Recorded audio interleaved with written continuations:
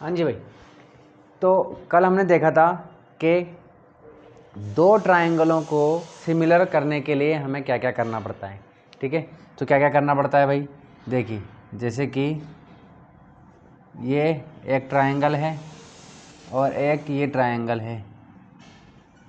ठीक है, इसको बोल देते हैं ए बी सी, इसको बोलते हैं पी क्यू और ये आर। ये बड़ा ट्रायंगल दिख रहा है, ये छोटा ट्रायंगल दिख रहा है, दिख रहा है कि नहीं दिख रहा है? दिख रहा है भाई साहब। चलो तो फिर शुरू करते हैं। ठीक है, चलिए।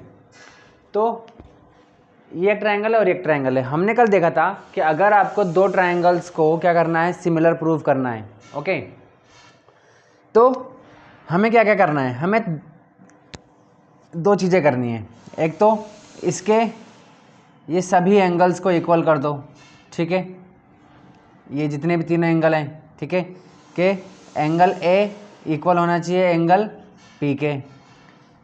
इसके अलावा एंगल बी इक्वल होना चाहिए एंगल क्यू के, और एंगल सी इक्वल होना चाहिए एंगल आर के। बात समझ में आ गई? अब देखिए भाई, इसके अलावा हमें क्या करना होता है, रेशो देखना होता है। A B upon P Q equal होना चाहिए किसके भाई, B C upon Q R के। इक्वल होना चाहिए किसके भाई, C A upon R P के। अगर ये तीनों और ये तीनों, अगर ये दोनों कंडीशन कंप्लीट हो जाती है, ये तीनों एंगल इक्वल हो जाते हैं और ये तीनों रेशो इक्वल हो जाते हैं, तो हमारे दोनों ट्रायंगल क्या हो जाएंगे, सिमिलर प्रूफ हो जाएंगे। बात समझ में आ गई? चलिए, लेकिन अब ये बोला जाता है बाद में, ये बोला बच्चों का ये टेंशन क्या रहेगी कि अरे सर तीनों एंगल भी करने देखने पड़ेंगे, तीनों साइड का भी रेशो देखना पड़ेगा, इतना सारा प्रूफ करना पड़ेगा क्या? तो भाई साहब ये बोला गया, इसका सॉल्यूशन क्या निकाला गया कि आप इतना सारा प्रूफ मत कीजिए। आप क्या कीजिए, पहला आप या तो क्या करो कि सिर्फ और सिर्फ एंगल्स को इक्वल प्रूफ कर दो, सिर्फ आप साइड को छोड़ दो।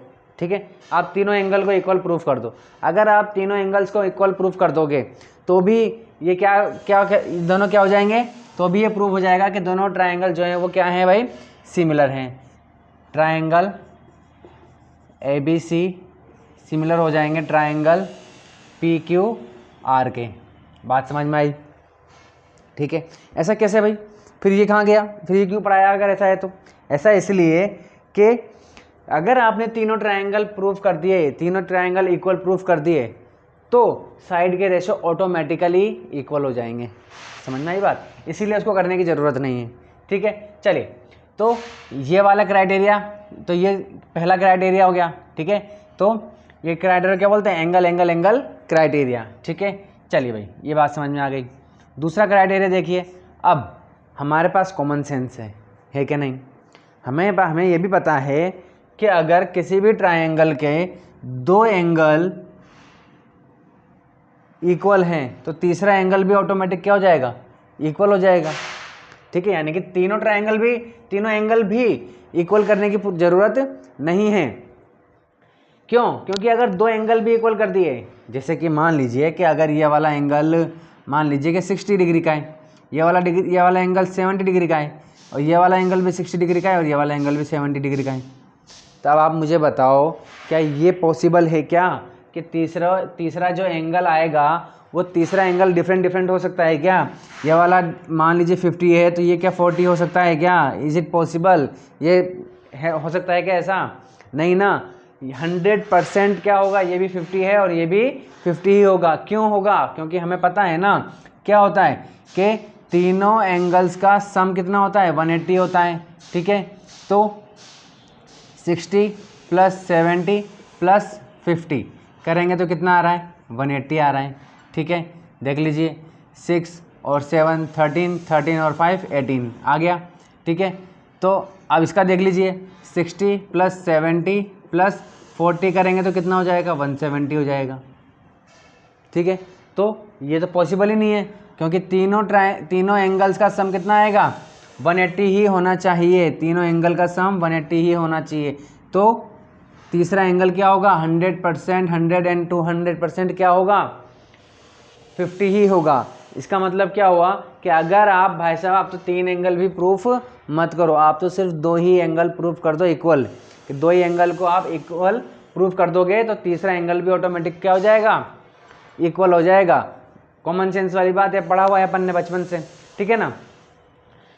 तो दूसरा क्राइटेरिया हमारे पास क्या आ गया एंगल एंगल क्राइटेरिया। बात समझ में आ गई कि अगर आपने एंगल एंगल प्रूफ कर दिए तो भी आपके दोनों ट्रायंगल क्या हो जाएंगे भाई सिमिलर हो जाएंगे। PQR समझ में आई कि नहीं आई भाई बात, बोलो, ठीक है। और अगर तीसरा एंगल इक्वल प्रूफ हो गया ऑटोमेटिकली, यानी कि तीनों एंगल क्या हो गए इक्वल हो गए, और तीनों एंगल इक्वल हो गए तो ये भी ऑटोमेटिक प्रूफ हो जाएगा कि तीनों साइड की रेशो क्या है इक्वल है, और तीनों साइड की इक्वल रेशो इक्वल हैं, तीनों एंगल भी इक्वल हैं, तो दोनों ट्रायंगल क्या होंगे सिमिलर होंगे। तो आपको इतना सारा काम करने की ज़रूरत नहीं है, हमारे क्राइटेरियाज आ जाते हैं बीच में। क्या कहने कि भाई आप इतना सारा काम मत करो, ठीक है।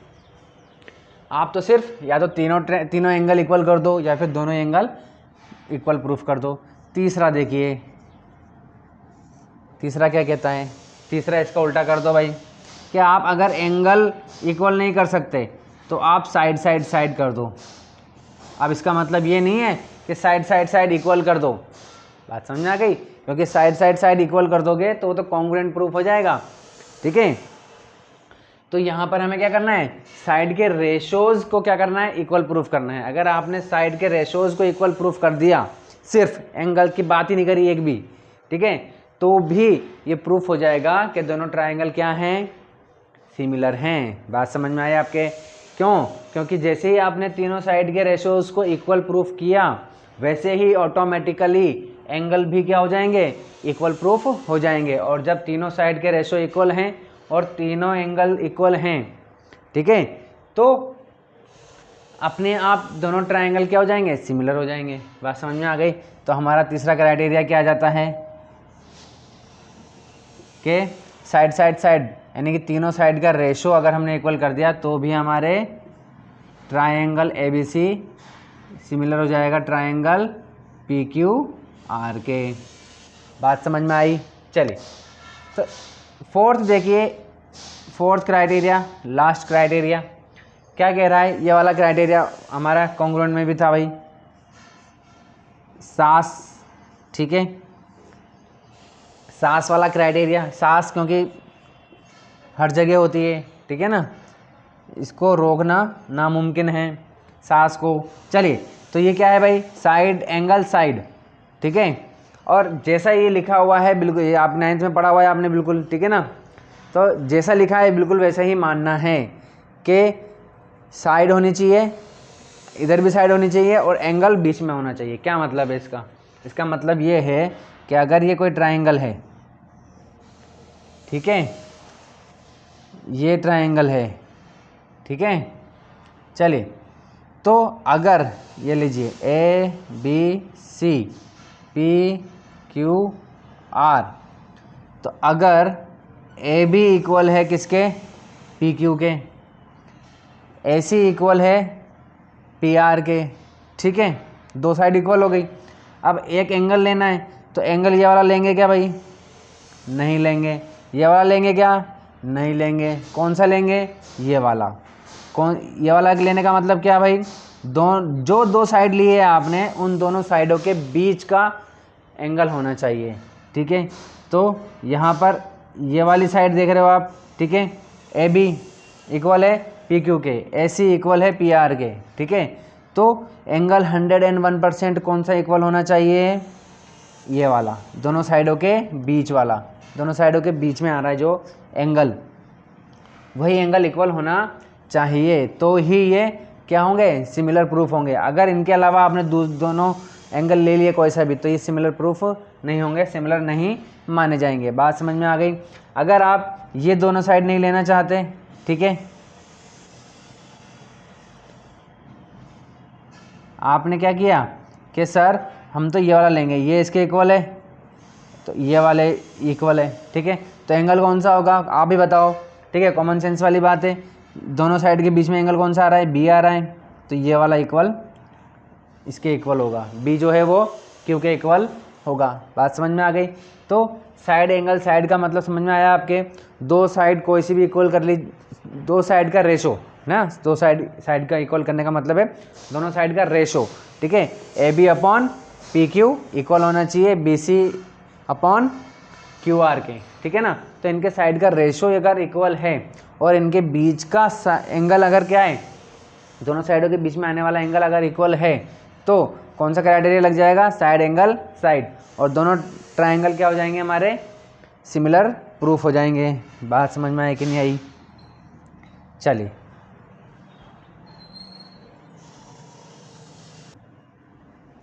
ठीक है। तो ऐसा क्यों कहा जा रहा है भाई कि आप बस ये हालत इन तीनों को प्रूफ कर दो तो भी हो जाएगा? इसलिए हो जाएगा क्योंकि अगर आपने ये कर दिया तो भी तीनों एंगल अपने आप इक्वल हो जाएंगे और तीनों साइड का रेशो अपने आप क्या हो जाएगा, इक्वल हो जाएगा। और जब ये हो जाएगा तो दोनों ट्राइंगल क्या हो जाते हैं, सिमिलर प्रूफ हो जाते हैं। तो मेरे ख्याल से आपको समझ में आ गया होगा जो भी मैंने पढ़ाया, ठीक है।